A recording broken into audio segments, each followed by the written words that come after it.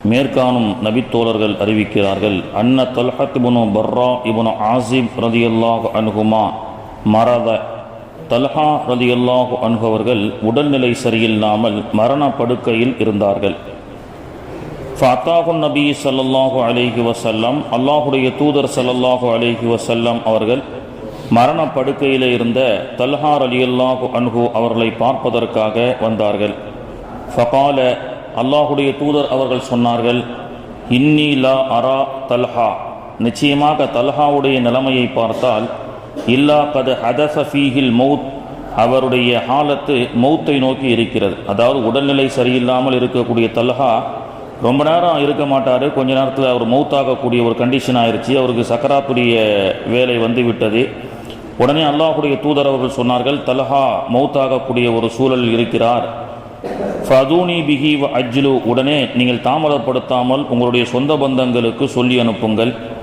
மையத்தை அடக்குவதற்குண்டான வேலையை துரிதமாக நீங்கள் பாருங்கள் என்று அல்லாஹுடைய தூதர் அவர்கள் சொன்ன ஹதீஸ் அபூதாவூதிலே பதிவு செய்யப்படுகிறது.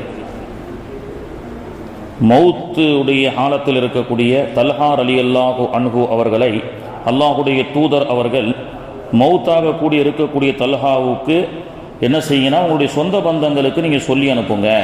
உடனே சொல்லி அனுப்பி மரணத்தை மௌத்தாயிட்டார்னா உடனே என்ன செய்யுங்க, அவரை அடக்குவதற்குண்டான வேலையை செய்யுங்கள் என்று அல்லாஹுடைய தூதர் அவர்கள் சொன்னார்கள். உடனே இதனுடைய அர்த்தம் என்ன அப்படின்னு சொன்னால், உடலை விட்டு ரூஹு பிரிந்து விட்டால், மௌத்தாகிவிட்டால், யாருக்காகவும் இந்த ஹதீஸில் அவருடைய குடும்பத்தார்கள் அவர் வரணும் இவர் வரணும்னு எதிர்பார்க்காம உடனே துரிதமாக அடக்கம் செய்யக்கூடிய வேலையிலே ஈடுபடுங்கள் என்றார்கள் அல்லாஹுடைய தூதர் ஸல்லல்லாஹு அலைஹி வஸல்லம். மௌத்துடைய செய்தியை சொல்லி அனுப்புறது ஒரு சுன்னத்து. அதை பள்ளிவாசல்களில் இன்னார் மௌத்தாயிட்டாருன்னு சொல்லி அறிவிப்பு செய்வது என்பது ஒரு சுன்னத்து, பள்ளிவாசலில் சொல்லலாம். நேற்றைய தினம் நாம் பார்த்த ஹதீஸின் அடிப்படையில் பஜார்களில் காஃபிர்கள் இருக்கக்கூடிய பகுதிகளில் ஆட்டோவை வச்சு அனௌன்ஸ் பண்ணுவதோ, கண்ணீர் அஞ்சலி போஸ்ட் போட்டு தெரு தெருவாக எல்லா மதத்தவர்களும் வாழக்கூடிய இடத்துல ஒட்டுவதோ, இதுவெல்லாம் இஸ்லாமிய மரபு அல்ல. இதுவெல்லாம் ஐயாமுல் ஜாஹிலியாவுடைய பழக்கத்தை சார்ந்தது. எனவே பள்ளிவாசல்ல அறிவிப்பு செய்வது என்பது அல்லாஹுடைய தூதர் செய்திருக்கிறார்கள் அப்படின்றது நமக்கு தெரியும். ஆனால் இன்று நேற்றைய தினம் நாம் சொன்னதை போன்று மௌத்து ஆனதற்கு பிறகு அந்த ஜனாசாவை அடக்கம் செய்ய தாமதப்படுத்துவதற்காக ஃப்ரீசர் பாக்ஸ் என்று இன்று ஒன்று கண்டுபிடிக்கப்பட்டு ஒரு ஜனாசாவை ஃப்ரீசர் பாக்ஸில் வைக்கக்கூடிய ஒரு நடைமுறை இன்று இருந்து கொண்டிருக்கின்றது. பாருங்க, இன்னொரு ஹதீஸ் பாருங்க, அபூ சயீதுல் குதுரி ரலியல்லாஹு அன்ஹு, அல்லாஹுடைய தூதரும் மௌத்தாயிட்டா அவருடைய சொந்த பந்தங்களுக்கு சொல்லி அனுப்புங்க. எந்த அளவுக்குன்னு சொன்னால், ரொம்ப தூரத்திலிருந்து அவர் வரணும் இவர் வரணும்னு சொல்லி மையத்தை காக்க வைக்காதீர்கள் அப்படின்ற ஹதீஸ் தான் நம்ம அபூதாவுதில் படித்தோம். அடுத்து பாருங்க, அபூ சயீதுல் குதுரி ரலியல்லாஹு அன்ஹு அவர்கள் கூறுகிறார்கள், கானன் நபி ஸல்லல்லாஹு அலைஹி வஸல்லம் யகூல், அல்லாஹுடைய தூதர் ஸல்லல்லாஹு அலைஹி வஸல்லம் அவர்கள் கூறினார்கள், இதா உதியாத்துல் ஜனாசா, ஒரு ஜனாசா ஒரு மையத்தாகிவிட்டால், ஃபஹமலஹர் ரிஜால், அந்த ஜனாசாவுடைய சந்தோக்கிலே ஆண்கள் சுமப்பதற்கு முன்பு மக்கள் சுமந்து அந்த ஜனாசாவை கொண்டு அடக்கம் செய்யக்கூடிய ஒரு சூழலிலே அந்த மையத்து பேசுகிறது. அந்த மையத்து பேசுகிறது. மையத்து பேசுகிறது, நம்ம காதுக்கு மட்டும் கேட்காது. அல்லாஹுடைய தூதர்கள் சொன்னார்கள், ஃபைன் கானத் சாலிஹத்தன், அந்த மையத்து சாலிஹான நல்ல மையத்தாக இருந்தால், காலத் அது கூறுகிறது, கத்திமூனி, என்னை விரைவுபடுத்துங்கள், என்னை விரைவுபடுத்துங்கள், என்னை சீக்கிரம் போய் அடக்கம் பண்ணுங்க. எந்த அளவுக்குன்னு சொன்னால், மையத்தை நாள் கணக்கில் மணிக்கணக்கில் வைத்திருக்கக்கூடிய அந்த மையத்து சொல்லக்கூடிய வார்த்தையை அல்லாஹுடைய தூதர் அவர்கள் சொன்னார்கள். ஏங்க அவங்க வரணும் இவங்க வரணும்னு நிப்பாட்டி வச்சிருக்கீங்க, என்னை தயவு செய்து அடக்கம் செய்யுங்கள்னு அந்த மையத்து பேசுகிறது.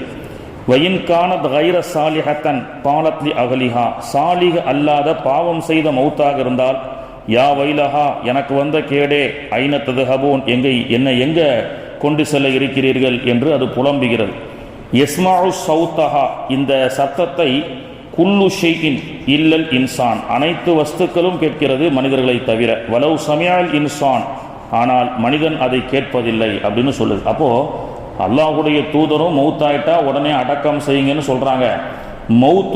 மௌத்தானதற்கு பிறகு ஜனாசாவும் என்னை சீக்கிரம் கொண்டு போய் அடக்கம் செய்யுங்க, யாரும் உறவினர்கள் வந்து அவர்களாம் என்ன செய்ய போறாங்க, என்னை உடனே அடக்கம் செய்யுங்கள் என்று அந்த ஜனாசாவும் பேசுகிறது அப்படின்ற ஒரு ஹதீஸ் இருக்கு. அடுத்து இன்னொரு ஹதீஸ் அல்லாஹுடைய தூதர் அவர்கள் சொன்னாங்க, ஒரு ஜனாசாவை வேதனைப்படுத்துவது என்பது உயிரோடு உள்ள மனிதனுக்கு எப்படி வேதனை இருக்கின்றதோ அதே போன்றுதான் அந்த ஜனாசாவுக்கும் வேதனை உண்டு அப்படின்னு சொன்னாங்க.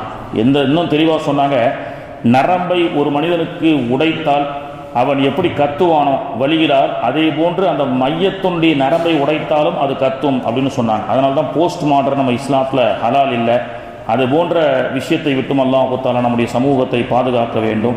ஒரு உட்கார்ந்தா கூட அந்த ஒரு ஏனை பலவு அளவுக்கு இருக்கக்கூடிய அளவுக்கு இருக்குன்னு சொல்லுவாங்க. சில பேர் மவுத்துன்னா ஏதோ குளோரோஃபார்ம் போட்ட மாதிரி மறுத்து போன மாதிரி அந்த மையத்துக்கு எதுவுமே தெரியாது. அப்படி கிடையாது. அந்த மையத்துக்கு யார் வருகிறார், யார் பார்க்கிறார், யார் தன்னை குளிப்பாட்டுகிறார், ஹதீஸ்ல யார் தன்னை குளிப்பாட்டுகிறார், யார் நமக்கு தொழு வைக்கிறார், யார் நமக்கு ஜனாசாவை தொழு வைத்து கபரஸ்தான் வரைக்கும் கொண்டு வந்து அடக்கிறார் என்ற எல்லா செய்தியும் அந்த மையத்துக்கு தெரியும். சரியா?